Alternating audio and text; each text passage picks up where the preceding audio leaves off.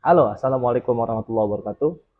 Selamat datang di Bebas Bicara, konten di mana gue bakal ngebahas banyak hal dari sudut pandang yang gue tahu, dari sudut pandang yang gue kuasai, dari bidang yang gue tekunin.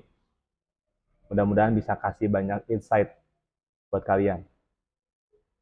Di edisi perdana kali ini, lagi rame Gus Miftah yang dikatakan menghina seorang penjual es teh.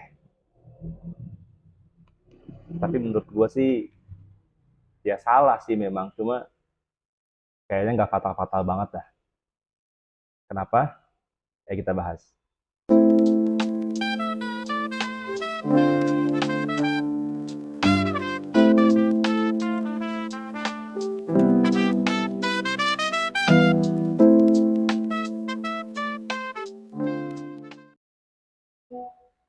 Jadi yang gue tangkep dari video itu, secara gestur Gus Miftah tuh kayaknya nggak pengen menghina, tapi dia pengen melempar jokes. Nah ini, karena awalnya kan dia tuh kayak disorakin gitu sama jamaah, ada yang teriak, entah jamaah entah si penjualnya gitu ya, minta diborong dagangannya. Ngomong apa gitu, gue nggak ngerti bahasa Jawa. Tapi yang jelas awalnya tuh minta diborong dagangannya. Nah terus si Gus Miftahnya tuh nanya kayak, emang STmu masih banyak gitu. Jawab kan, masih gitu. Ini tuh sebetulnya pertanyaan buat ngebangun ekspektasi. Kalau lu tahu tentang teknik komedi ya, ngebangun ekspektasi sehingga orang tuh yang nonton yang ngelihat, wih bakal diborong nih gitu kan. Tapi ternyata Gus Miftah kan nggak ngeborong. Akhirnya dia bilang, ya jual, goblok gitu katanya. Jadi dia nanya, jadi awalnya dia ditanya, disuruh diminta untuk ngeborong es teh, kemudian dia tanya, emang masih banyak? Masih. Orang kan berharap, ya udah sini saya bayarin gitu kan. Tapi sama dia disuruh jual, ya jual lah. Jadi sebetulnya teknik joking ya. Maksudnya dia melempar lelucon. Orang diangkat ekspektasinya, berharap dibeli, diborong, beneran. Tapi sama dia malah dipatahin ekspektasinya dengan disuruh jual. Cuma kesalahannya memang nggak pas momennya aja. Nggak pas momennya pertama karena keluar kata gobloknya itu di momen ceramah umum. Ini yang nggak pas. Mungkin kalau jatuhnya apa namanya di momen yang lebih khusus, kayaknya nggak bakal serame ini. Satu. Jadi harusnya kata goblok nggak keluar. Yang kedua, objek yang mau dijadikan target komedinya nggak tahu kalau dia tuh mau di roasting, mau dijadikan objek. Yang gue tahu tuh secara komedi harusnya orang yang mau dijadikan objek lemparan buat ngejok, orang yang bakal mau dikatain, dia tahu dulu gitu. Minimal dia adalah orang yang sudah berdamai dengan kondisinya, yang kira-kira kalau dikata-katain tuh dia nggak marah.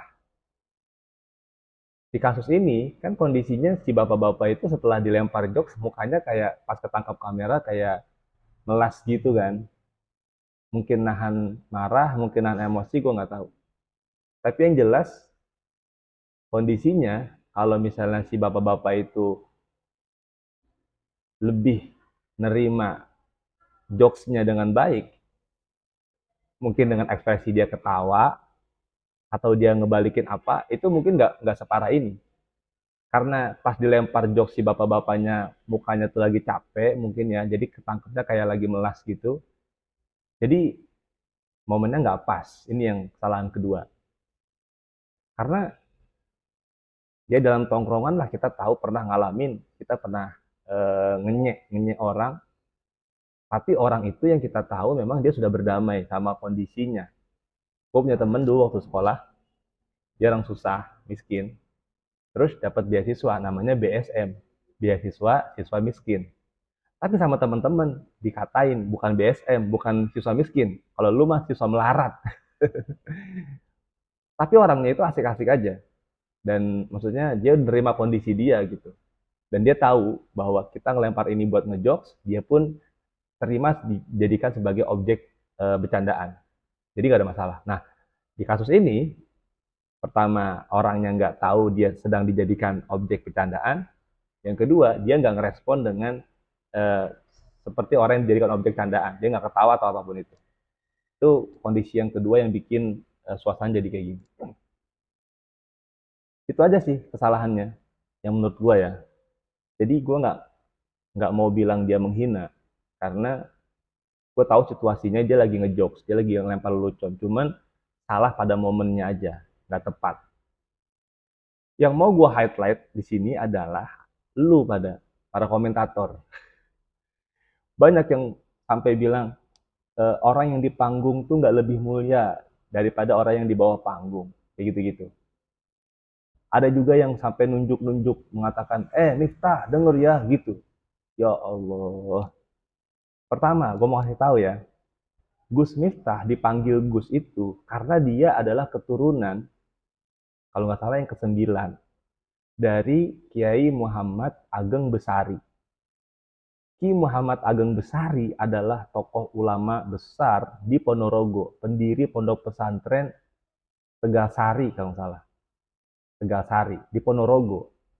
Gua tahu nama ini Ki Muhammad Ageng Besari karena makamnya pernah diziarahi oleh Anies Baswedan. Gua kan waktu Pilpres kemarin pro ke Anies dan Gus Miftah kan ke Prabowo. Jadi gue bikin konten ini tuh pure adalah sudut pandang gua, bukan sebagai pembelanya Gus Miftah. Nah, ketika lu merendahkan dia karena lu menganggap dia menghina orang, menurut gua berhenti deh. Kalau lu berpendapat bahwa Gus Miftah salah, ya dia salah.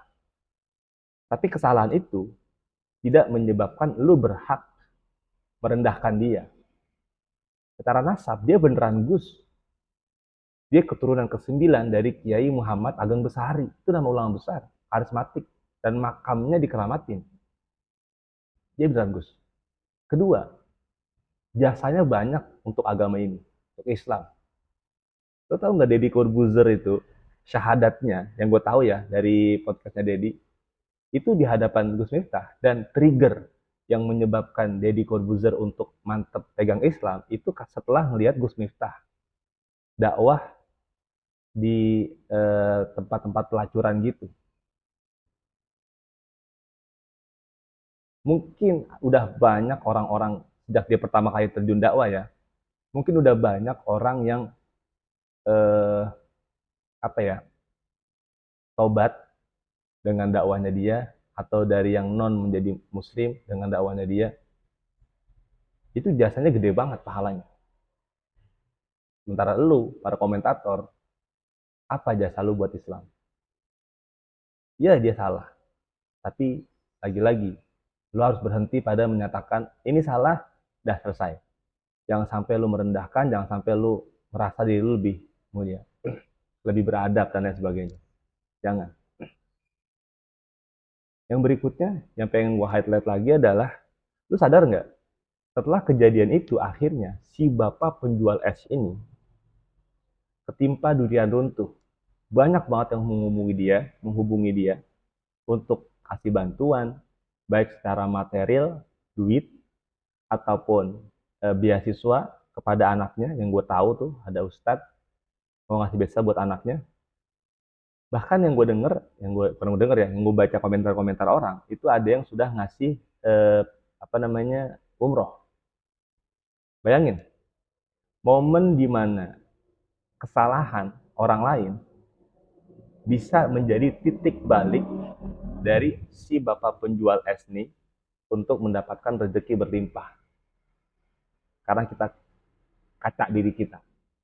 Pernah nggak ada momen di mana yang kita lakukan, mau bener mau salah, tapi jadi titik balik orang lain mendapatkan sesuatu yang berlimpah.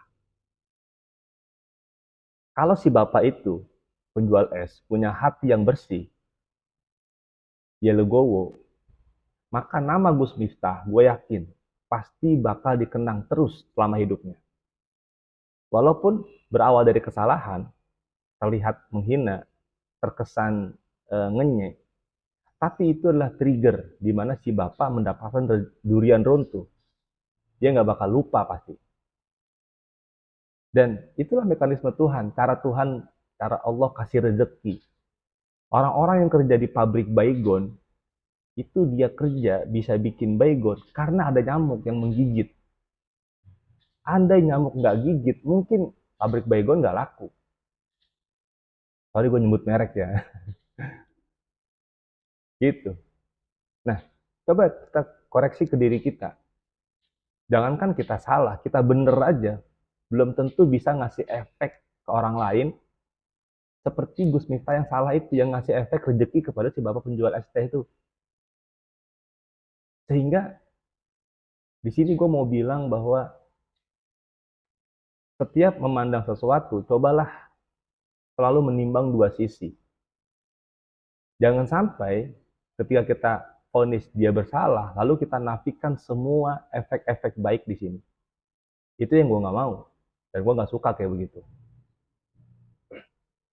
Makanya di sini gue katakan, ya Gus Miftah salah, tapi salahnya bagi gue hanya cuma timing yang nggak tepat, hanya cuma momen aja, nggak bener-bener yang salah fatal.